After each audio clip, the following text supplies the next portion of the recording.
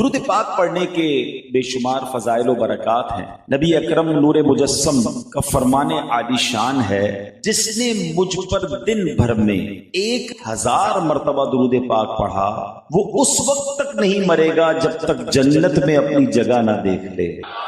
ذرا سوچیے انعام کتنا بڑا۔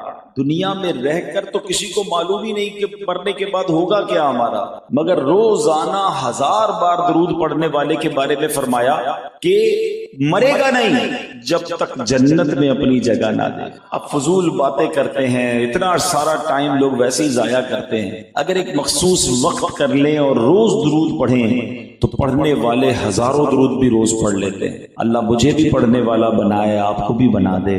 آئیے مل کر محبت کے ساتھ با آواز بلند درود پاک پڑھ لے۔ صلو علی الحبیب صلی اللہ تعالی علی محمد صلی اللہ علیہ وسلم۔ آج کا جو موضوع ہے بیان کا، بے شک ہمیں ہر جمعرات کو مدنی مرکز کی طرف سے ایک موضوع عطا کیا جاتا ہے اور بڑا کمال کا وہ موضوع ہوا کرتا ہے، مگر آج اس لیے بہت کمال کا موضوع ہے کہ ہم میں سے شاید ہر کسی کو اس موضوع کی ضرورت ہے۔ ایک بڑا پرابلم ہے ہمارے معاشرے میں کہ جناب لوگ جو ہے بڑی سستی کاہلی کا شکار ہوتے جا رہے ہیں، مایوسی کا شکار ہوتے جا رہے ہیں، ڈس ہارٹ بہت جلدی ہو جاتے ہیں اور اپنی ہمت ہار جاتے ہیں۔ آج ان تمام لوگوں کے لیے بیان ہے کہ جو اپنی ہمتوں کو بلند کرنا چاہتے ہیں، اپنے حوصلوں کو بلند کرنا چاہتے ہیں، مایوسی کی دنیا سے نکلنا چاہتے ہیں اور کچھ واقعی زندگی میں کرنا چاہتے ہیں۔ ایک بار خادم رسول حضرت انس بن مالک رضی اللہ تعالیٰ عنہ سے روایت ہے کہ ایک انصاری صحابی رضی اللہ تعالیٰ عنہ جن کے معاشی حالات بڑے کمزور تھے، وہ ایک دن سب سے سخی آقا مکی مدنی مصطفیٰ صلی اللہ تعالیٰ علیہ وسلم کی بارگاہ بے کس پناہ میں حاضر ہوئے اور امداد کا سوال کیا۔ نبی پاک سے عرض کی کہ حضور میری مدد کی جائے، میں بہت غریب ہوں۔ یاد رکھیے کہ سخاوت جو ہے نا، یہ صرف مال بانٹنے کا کام نہیں ہے، اصل مقصد سامنے والے کی ضرورت پوری کرنا ہے۔ ہم بعض اوقات سمجھ رہے ہوتے ہیں کہ ہماری ضرورت مال ہے، مگر ایسا ہوتا نہیں ہے۔ ہماری اصل ضرورت کیا ہے یہ دینے والا رب جانے اور بانٹنے والے مصطفیٰ جانے صلی اللہ تعالی علیہ وسلم۔ اب وہ انصاری صحابی تو یہ سمجھ رہے تھے کہ مجھے مال کی ضرورت ہے، میری مالی امداد کی جائے، لیکن نبی پاک علیہ الصلوۃ والسلام کی کیا شان ہے۔ وہ شاعر لکھتے ہیں نا، بے خبر ہو جو غلاموں سے وہ آقا کیا ہے۔ آقا تو دلوں کے حال جانتے ہیں۔ نبی پاک علیہ الصلوۃ والسلام نے ان کی اصل ضرورت جان لی اور فرمایا تمہارے گھر میں کوئی چیز ہے؟ گھر میں کیا کیا ہے تمہارے پاس؟ تو وہ کہتے ہیں ہمارے پاس حضور ایک چٹائی ہے جو ہم آدھی نیچے بچھا لیتے ہیں اور آدھی اوپر اوڑھ لیتے ہیں، اور حضور ایک پیالہ ہے ہمارے پاس جس سے ہم پانی پیتے ہیں، دیٹس اٹ، اور کچھ نہیں تھا۔ ایک چٹائی، ایک پیالہ۔ صحابہ کرام کی میں بات کر رہا ہوں، نبی پاک کے ساتھیوں کی بات کر رہا ہوں، یہ ان لوگوں کی بات کر رہا ہوں جن کے بارے میں ہم نعرہ لگاتے ہیں کہ ہر صحابی نبی جنتی۔ یہ جنتی لوگوں کی بات ہو رہی ہے جن کے پاس ایک چٹائی اور ایک پیالہ ہے۔ آج ہمارے پاس بہت کچھ ہے مگر پھر بھی زبان پر شکوہ ہے، شکایات ہے، کمپلینز ہے، میں پیچھے رہ گیا، وہ آگے بڑھ گیا۔ سنو، اب یہ وہی تو صحابہ تھے نا جب پیٹ پر پتھر باندھ کر بھی غزوہ بدر میں بلایا جاتا تو بدر میں آ جاتے تھے، غزوہ احد میں بلایا جاتا وہاں آ جاتے، غزوہ تبوک میں تپتی ریت پر بلایا جاتا اس گرمی کے میدان میں وہاں بھی چلے جاتے تھے۔ کمزور، مالی طور پر کمزور تھے مگر ایمان کا جذبہ طاقتور تھا۔ آج ہم ان کی نسبت مالی طور پر تو بڑے بڑے مضبوط ہو گئے مگر ایمان کا جذبہ نہ رہا۔ اللہ اکبر۔ اب انصاری صحابی نے عرض کی حضور ایک چٹائی اور ایک پیالہ ہے۔ پیارے آقا علیہ السلام نے فرمایا دونوں چیزیں لے آؤ۔ گھر میں تھی دو چیزیں، وہ بھی منگوا لی گئی۔ وہ صحابی گئے اور گھر سے چٹائی بھی لے آئے، پیالہ بھی لے آئے۔ نبی پاک علیہ السلام نے صحابہ سے فرمایا کون ہے جو اس چٹائی اور اس پیالے کو خریدے گا؟ اس کے گھر کا سامان نبی پاک صحابہ کرام میں سیل کر رہے ہیں۔ تو ایک نے کہا حضور 1 درہم میں میں خریدوں گا۔ پیارے آقا علیہ السلام نے فرمایا کون ہے جو اس سے زیادہ قیمت دے گا؟ ایک نے کہا حضور 2 درہم میں۔ نبی پاک نے 2 درہم میں وہ دونوں چیزیں اس صحابی کو دی اور 2 درہم لے لی۔ اب آقا علیہ السلام نے اس کو دیے جس کے گھر سے پیالہ اور چٹائی آیا تھا، جو غریب پیسے مانگنے آیا تھا۔ نبی پاک نے فرمایا 1 درہم کا اناج خریدو، گھر والوں کو کھانے پینے کا سامان دو، اور 1 درہم سے کلاڑی لے کر آؤ اور واپس میرے پاس آنا۔ وہ گیا بازار، سامان خریدا، گھر والوں کو بھی دیا، اور 1 درہم میں کلاڑی لے کر نبی پاک علیہ الصلوۃ والسلام کی بارگاہ میں آیا۔ جب پیارے آقا کی بارگاہ میں آئے تو نبی پاک علیہ الصلوۃ والسلام نے اس کلاڑی میں اپنے مبارک ہاتھوں سے لکڑی کا دستہ لگایا۔ اب یہ بھی ایک بات سیکھنے والی ہے کہ سبحان اللہ، کیا زمانے نے ایسا منظر دیکھا ہوگا کہ امام الانبیاء ہیں، رب کے محبوب ہیں صلی اللہ علیہ وسلم، ایسا عزت، ایسا رتبہ ہونے کے باوجود اپنے غلام کے ساتھ تعلق دیکھیں کہ اس کی کلاڑی میں لکڑی کا دستہ خود لگا رہے ہیں۔ ارباب نظر کو کوئی ایسا نہ ملے گا، بندے تو بہت مل جائیں گے پر آقا نہ ملے گا۔ تاریخ اگر ڈھونڈے گی ثانی یہ محمد، ثانی تو بڑی چیز ہے، سایہ نہ ملے گا۔ یہ انٹریکشن، یہ محبت، یہ پیار غریب ہے، اس کو بتا رہے ہیں، لکڑی کا دستہ خود لگا رہے ہیں۔ تو یہاں ہم سب کو، یہ مبلغین کے لیے بھی ایک درس ہے کہ اصلاح اگر کرنی ہے، بات سمجھانی ہے تو صرف کہنے سے نہیں ہو جائے گا، کر کے دکھانا ہوتا ہے۔ کچھ لوگوں کے ساتھ کوشش مل کر کرنی ہوتی ہے۔ لوگ کہتے ہیں یار اتنا لوگوں کو نماز کی دعوت دی، کوئی آتا ہی نہیں۔ نہیں جناب، گھر جا کر بلانا پڑے گا، آپ کو محبت سے پیش آنا پڑے گا، تب کامیابی ملتی ہے۔ تو بہرحال نبی پاک علیہ الصلوۃ والسلام نے اس قوم کی تربیت کیسی فرمائی کہ صحابہ کو پھر وقت کا امام بھی تو بنا دیا نا۔ یہ انہی کی تربیت کا شاہکار ہے صحابہ کرام، حضرت ابوبکر صدیق، حضرت عثمان غنی، حضرت عمر مولا علی، اور مزید بڑے بڑے صحابہ کرام۔ یہ نبی پاک نے ایسی تربیت کی کہ وہ زمانے کے امام بنے۔ تو اگر واقعی آپ کسی کی تربیت کرنا چاہتے تو صرف کہنے سے نہیں ہوتا، وقت دینا پڑتا ہے، ساتھ اس کی تربیت کرنی پڑتی ہے، اور پھر اللہ پاک اسے ایسا کمال عطا فرماتا ہے کہ تربیت کرنے والے کی بھی آنکھیں ٹھنڈی ہوتی ہیں۔ اب نبی پاک نے وہ جو کلاڑی تھی اس کے ہاتھ میں دی، فرمایا اس سے جاؤ، جنگل میں جاؤ، لکڑیاں کاٹو اور بازار میں فروخت کرو، اور 15 دن تک مجھے نظر نہیں آنا۔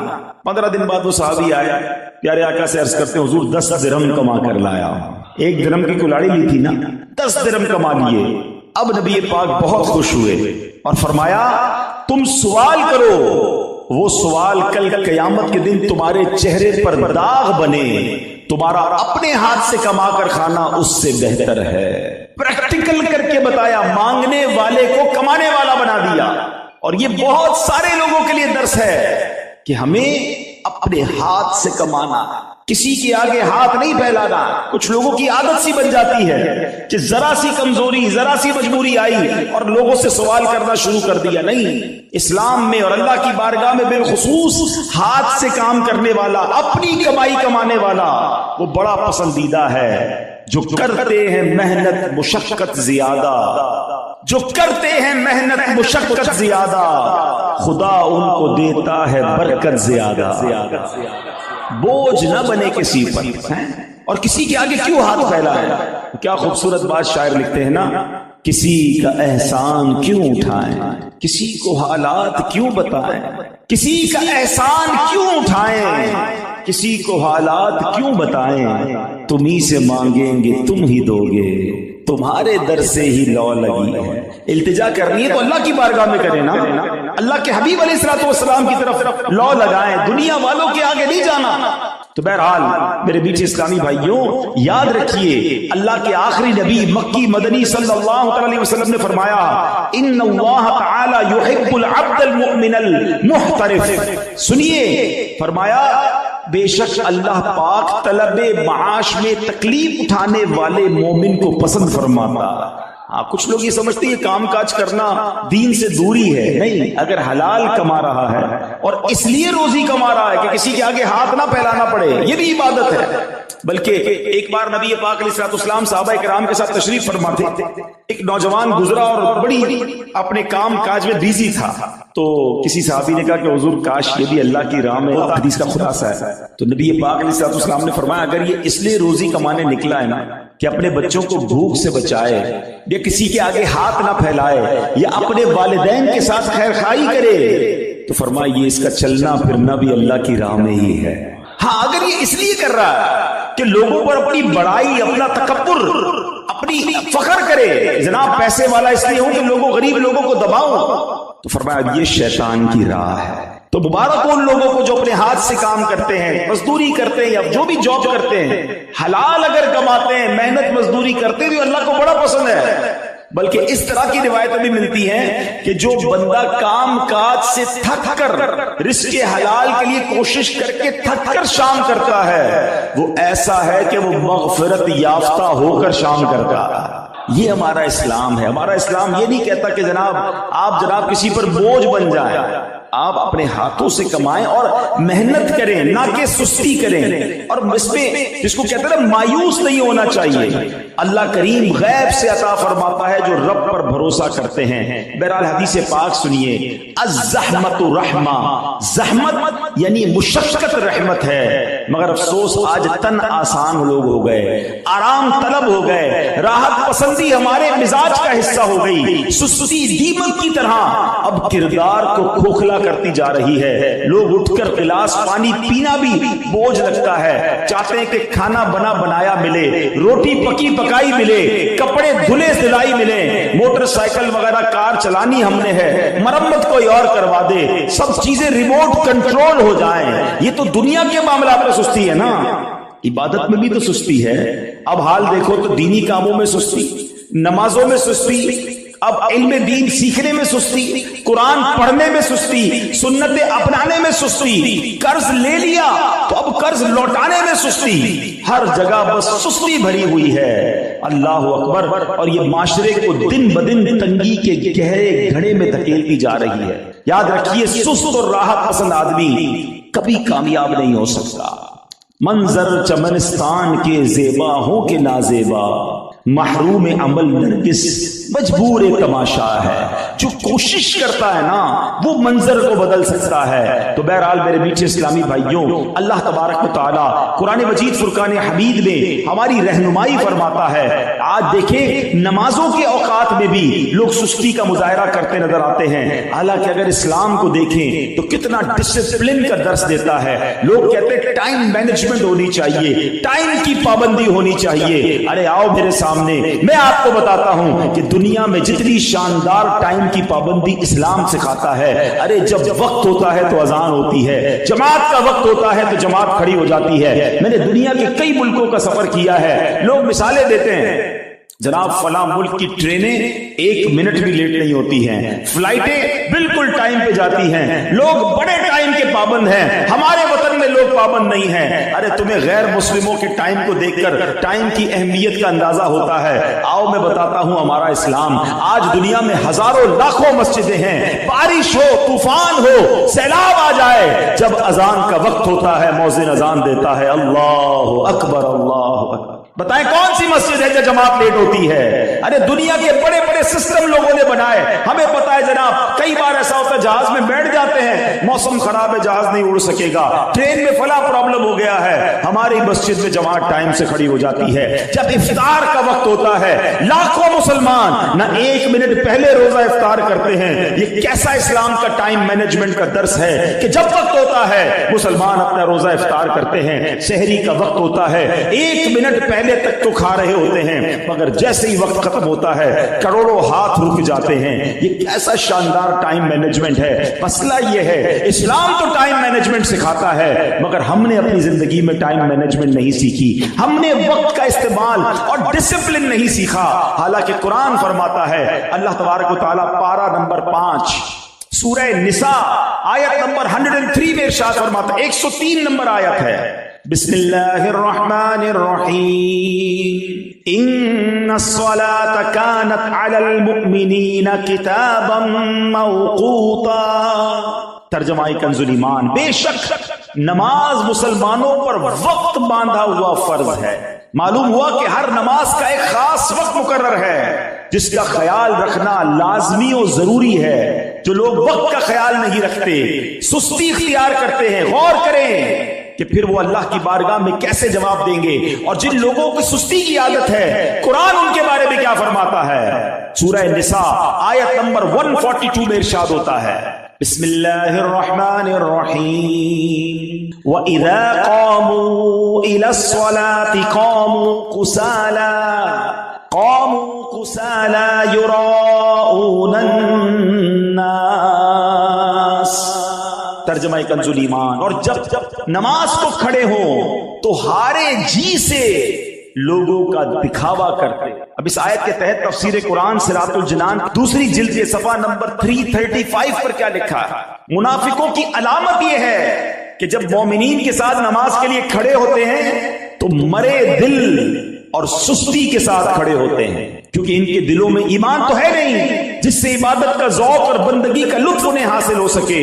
محض لوگوں کو دکھانے کے لیے نماز پڑھتے ہیں. اس سے معلوم ہوا کہ نماز میں سستی کرنا منافقوں کی علامت ہے. نماز نہ پڑھنا یا صرف لوگوں کے سامنے پڑھنا، جبکہ تنہائی میں نہ پڑھنا، یا لوگوں کے سامنے خشوع و خضوع سے اور تنہائی میں جلدی جلدی پڑھنا، یا نماز میں ادھر ادھر خیال لے جانا، دل جمعی کے لیے کوشش نہ کرنا وغیرہ، سب سستی کی علامتیں ہیں. اب غور کریں، ایسے بھی لوگ ہوتے ہیں اول تو نماز نہیں پڑھتے ہیں تو سستی کے ساتھ، کھڑے ہوتے ہیں تو مرے دل کے ساتھ. فرمایا یہ منافقین کی نشانی.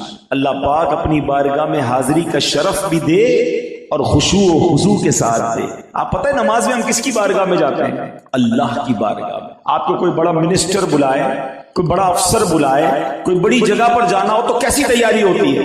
ارے یار فلاں نے بلایا ہے، ہاں اس سے ملاقات ہے. کبھی اس کے پاس جا کر کبھی ادھر دیکھنا ادھر دیکھنا، خیال کہیں اور نہیں ہوتا، فوکس ہوتا ہے کہ یار آج اپنی فائل پیش کروں گا، مسئلہ حل کرواؤں گا. اللہ کی بارگاہ میں آتے ہو دھیان کہیں اور ہوتا ہے. اچھا پھر مسجد میں آنے کا حال بھی بڑا برا ہے. کام کاج سے اٹھے، جیسے کپڑے ویسے آ گئے، منہ سے بدبو آ رہی، پسینہ نکل رہا ہے. اللہ کے گھر میں اس طرح آتا ہے کوئی؟ اچھا ہم کبھی دعوت میں جاتے ہیں، کپڑے تیار کر کے خوشبو لگا کر، گھر والوں کو بھی کہتے ہیں فلاں کپڑے نکالنا بھائی، فلاں جگہ پر بڑی دعوت میں جانا ہے. دنیا والوں